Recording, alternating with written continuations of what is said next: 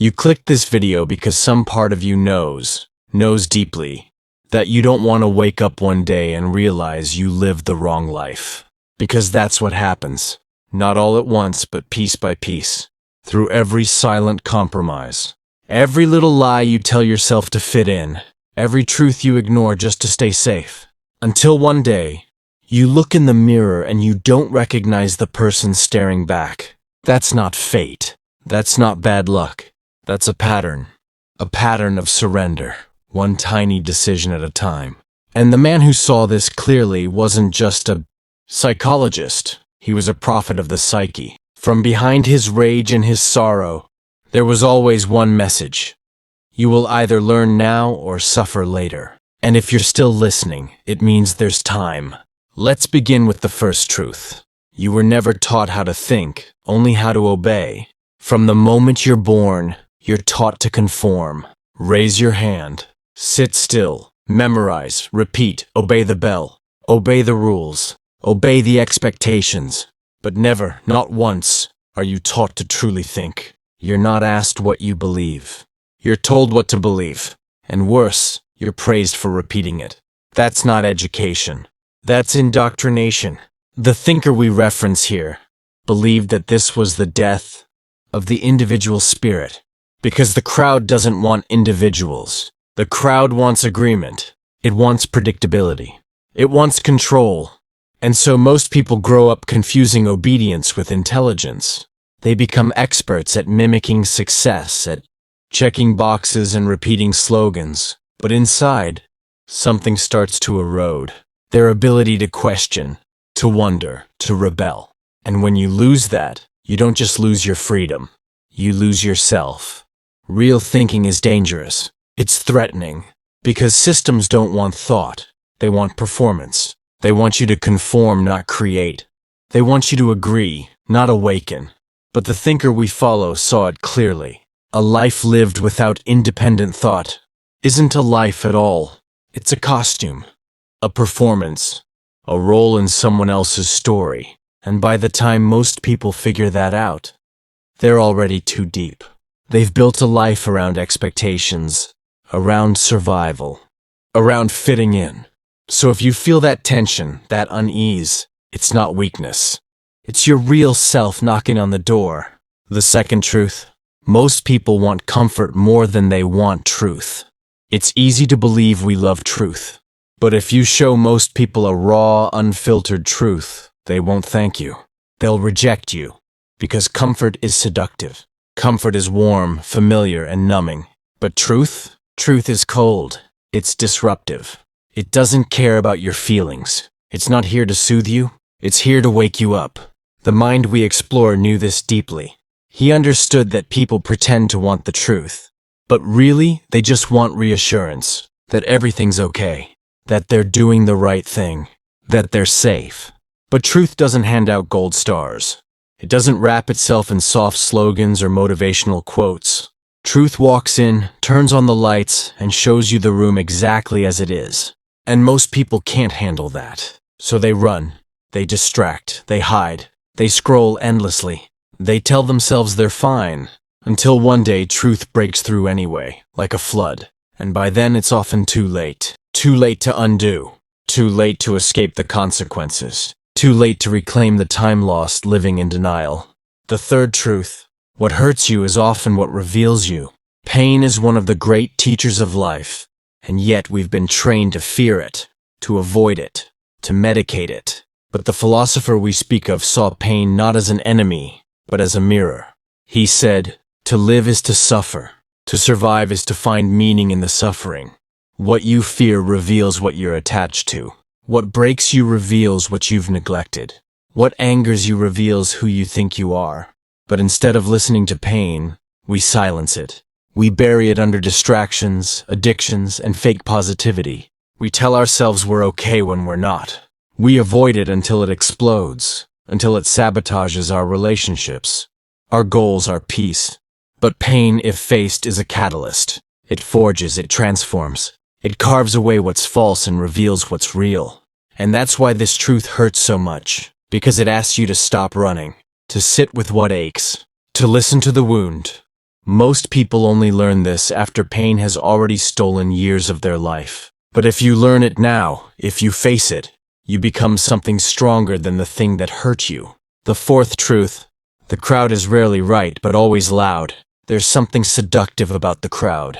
It gives you identity, certainty, direction. It says, you're one of us. You belong.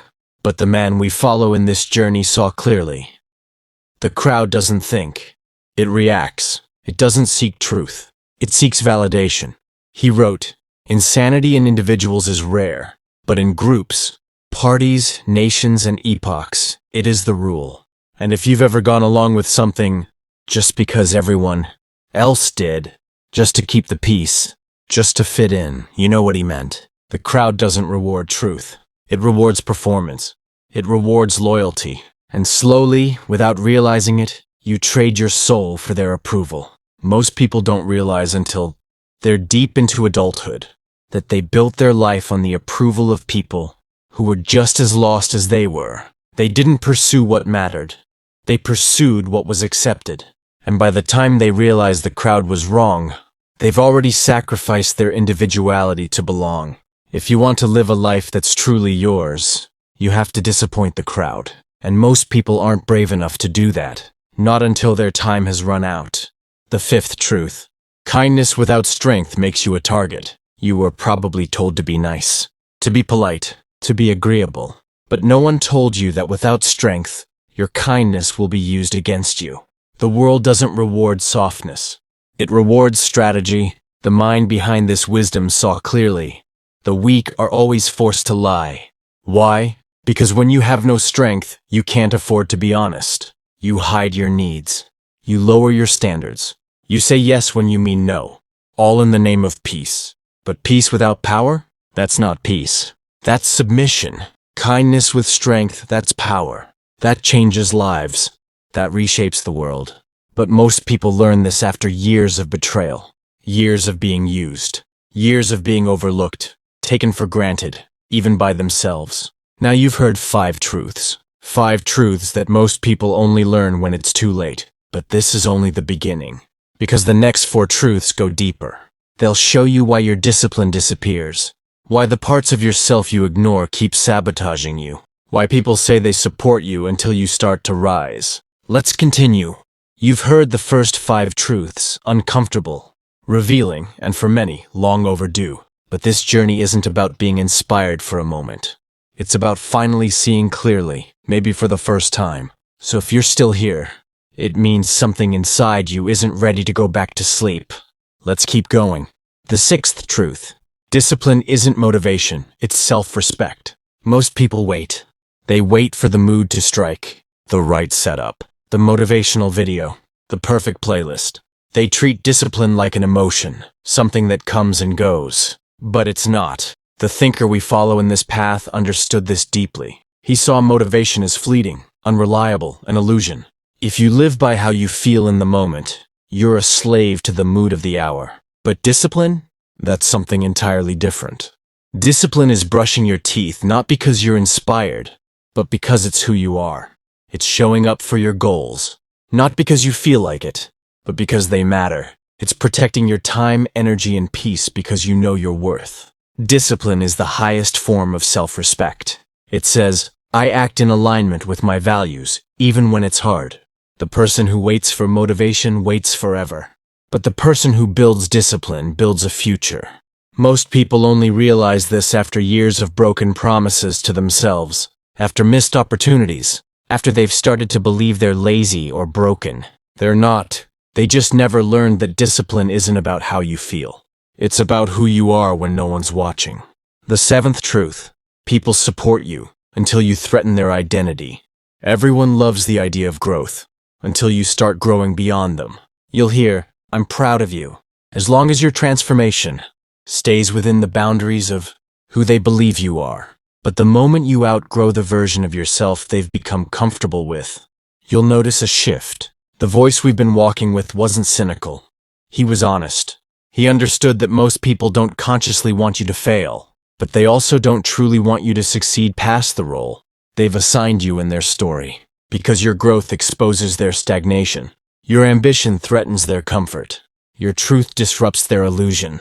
So when you set boundaries, chase goals, say no, or speak up, you might lose people, friends, family, mentors, people you thought were forever. But here's the hard truth. Those connections weren't rooted in your truth. They were rooted in who you used to be. The person you're becoming doesn't need everyone's approval, and not everyone gets to go where you're going. The eighth truth. Your shadow will sabotage you if you ignore it. We all have a shadow. The hidden parts of us that were labeled unacceptable, too much, or not enough, our anger, our jealousy, our ambition, our desire, our grief. From childhood, we're told which parts are welcome and which are not. And so we learn to hide them, to pretend they're not there. But the mind who guided this philosophy knew better. He warned, the more you suppress your shadow, the more power it gains behind the scenes. It doesn't disappear, it waits. It waits for moments of stress, of weakness, of opportunity, and then it acts. It sabotages relationships. It lashes out. It whispers lies when you're on the edge of something beautiful. People think being good means being harmless. But real strength doesn't come from suppression. It comes from integration, from knowing your shadow so deeply that it can't control you. Imagine your shadow like a child locked in a basement. It doesn't need to be punished. It needs to be understood. Because once you accept it, listen to it, integrate it, it stops being a threat. It becomes fuel. But most people only face their shadow after it's destroyed something they loved. Don't wait that long. Don't pretend you're only light. You're not. And that's where your power lives. The ninth truth, you can't think clearly if you're always trying to please everyone. One of the most seductive traps in modern life is people-pleasing. It's praised as kindness, but often it's fear wearing a mask. The fear of rejection, of conflict, of being alone. So you smile, you say yes, you nod along, you betray yourself just a little, then a little more, until one day you don't even recognize what you want anymore. The man whose ideas we walk with saw this trap for what it was. He taught that people-pleasing isn't generosity. It's a kind of self-erasure. Because when you shape yourself around other people's expectations, you lose your clarity. You lose your center. You second-guess your instincts. You overanalyze every decision. You hesitate when you should act. And over time, the people around you start to love a version of you that isn't real. Then one day, your real self starts to speak. It says, enough. And when it does, some people won't understand. Others will be angry. Not because you changed, but because you stopped performing. To truly know yourself, you must risk disappointing others. Not out of cruelty, but out of necessity. Because a life of truth will always offend someone living a life of illusion. By the time most people realize this, they've trained everyone around them to love a persona, not a person. But it's not too late. You can reclaim yourself, piece by piece, truth by truth. Now you've heard 9 truths, each one more piercing than the last. Each one asking something from you, not just to understand it, but to live it. But we're not finished, because in the final 4 truths, we go beyond behavior and into meaning itself. We'll talk about why you can do everything right and still feel empty, why attention has replaced purpose, and why the ultimate truth isn't about life, but about death. These final truths aren't motivational, they're transformational. But only if you're ready to be uncomfortable. If you're still with me, let's go deeper. If you've made it here, you already know. This isn't just another feel-good message. This is something else. This is a slow peeling back of layers. Layers of falsehoods you were taught to wear like armor. And now we step into the part most people avoid for a lifetime. These next truths go beyond how you behave. They cut into why you live, or why you feel like you're not. The 10th truth. You can still feel empty, even after doing everything right. You were told there's a path to happiness, a simple formula. Study hard, get the degree, find the job, marry the person, stay out of trouble. Follow the map and you'll arrive at fulfilled. But you did it, or you're close, and now there's a voice inside whispering, is this it? The man who saw through these illusions, whose work we've followed, understood this ache. He saw that doing everything right often leads not to joy, but to a quiet, choking despair. Because what you've followed isn't your path. It's a template, a script. And the tragedy is this. You don't realize you're living someone else's idea of a meaningful life until you've already built it. Until you've invested years, sacrificed dreams, checked all the boxes, and then you stand there, trophy in hand, and feel nothing. The one who brought us these truths warned, structure is not substance. Success is not purpose. Achievement is not identity. You can fill your calendar and still be empty. You can receive applause and still feel unseen. That emptiness isn't a flaw, it's a signal. It's your soul calling out through the noise, what's mine to do? Not what should I do, not what's expected of me, but what is mine. And if you're brave enough to listen, the void becomes a doorway, not a prison. The 11th truth. Meaning is rare, and attention is a poor substitute. We live in the age of visibility, likes, shares, comments, reels, viral validation. And for a moment it feels like meaning. It feels like connection. But it's not. The mind that saw through the illusions of the world warned us long before the internet. Attention is cheap. Meaning is sacred. But because attention is fast, addictive, and visible, people chase it instead. They mistake being seen for being known. They mistake going viral for being valued. They build an identity around what performs, not what resonates. And here's the cost. When the spotlight fades, as it always does, you're left with the silence. And in that silence, the question returns. Who am I when no one's watching? The one who showed us this path believed, meaning isn't external. It doesn't come from followers. It doesn't come from praise. It comes from what you build when no one claps. From the conversations that change one life, not thousands. From the integrity to say what matters, even if no one echoes it back. People don't realize this until it's too late, until they're exhausted from performing, until they've built a persona that can't survive in solitude, until they feel seen by everyone and known by no one. You don't need more attention. You need more truth. You need more alignment. The 12th truth. Death doesn't steal, it clarifies. We're taught to fear death, to avoid the thought, to distract ourselves from its approach. But the thinker whose words echo through this truth didn't see death as a thief. He saw it as a mirror. Because when you remember you will die, truly, remember, you also remember what matters. He asked, if you had to live this exact life over and over for eternity, would you? Most people can't say yes, not because their life is bad, but because it's not theirs. They've been drifting, performing, postponing. Death doesn't care about your excuses. It doesn't care how busy you are. It shows up and asks one question. Were you really living? And the cruel irony? Most people only start asking the big questions after death has touched their life. After they've lost someone. After a diagnosis. After time transforms from infinite to finite. Suddenly the things they postponed become sacred. The words they left unsaid feel heavy. The path they avoided feels like a ghost. But it doesn't have to get that far. Death isn't just the end. It's a wake-up call. A ruthless reminder that time is the only currency that matters. Spend it wisely. The 13th truth? Your freedom will cost you everything that was fake. This is the final truth. The most brutal. The most liberating. And the one few ever truly live. Freedom isn't found. It's not granted. It's taken. And the price? Everything that isn't real. Every false friendship. Every title you hid behind. Every identity that kept you small. Every behavior rooted in approval.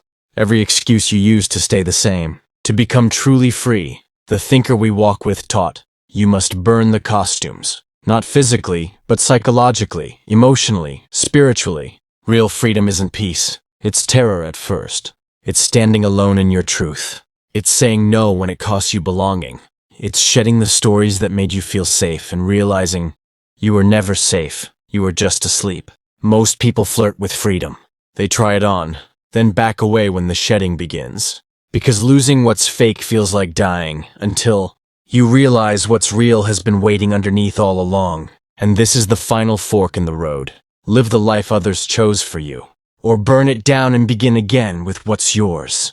These are 13 truths, each one a mirror, each one a fire. They're not rules, not beliefs, not even answers. They're invitations to see clearly, to feel deeply, to begin again. And maybe, just maybe, you're not too late. Maybe the fact that you're still here means this isn't the end, it's the beginning. But we're not done yet, because the next part isn't about understanding, it's about choosing, taking these truths and turning them into action, identity, and transformation. Are you ready? Then let's finish this. You've walked through 13 truths. Not abstract ideas, not inspirational fluff, real truths. The kind that crack your illusions, that challenge your comfort, that refuse to leave you unchanged. If you've made it here, it's not by accident, because this final part is different. This is where insight becomes decision. This is where you stop collecting truths like souvenirs and start living them. This is where you either return to your old life or begin the one that was always yours. Let's begin. The final truth isn't spoken. It's lived. It's the quiet realization that you already know. You already know what's not working. You already know the friendship that's fake, the job that's killing you, the habit that numbs instead of heals, the truth you've been avoiding like a shadow on your heels. You already know. But knowing isn't the problem. Choosing is. Because choice means responsibility. It means giving up the comfort of I didn't know. It means facing what happens next when you stop pretending. Stop delaying, stop complying. And here's the part no one tells you. The cost of not choosing is higher. You'll pay in regret, in bitterness, in resentment that hardens into silence, in a life you recognize but don't remember building. The man who shaped these truths knew this pain well. He saw how people cling to broken systems, toxic roles, and suffocating comfort because it feels safer than starting over, because it feels familiar. But he also knew something else. Only the person willing to let go of the fake will ever touch the real. And so we return, not to some ideal future, but to the present moment, the only place real change begins. So here it is. Right now you have two paths. Path 1, go back. Rebuild the mask. Pretend this never shook you. Laugh it off. Numb the discomfort. And hope the ache goes quiet. Path 2, begin again. Begin by admitting what's not working. Begin by letting go of what isn't yours. Begin by saying, I don't know who I am yet, but I'm ready to find out.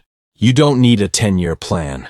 You don't need to move across the world. You don't need to become someone else. You just need to stop lying to yourself. You don't need to fix everything today. You just need to stop pretending it doesn't need to change.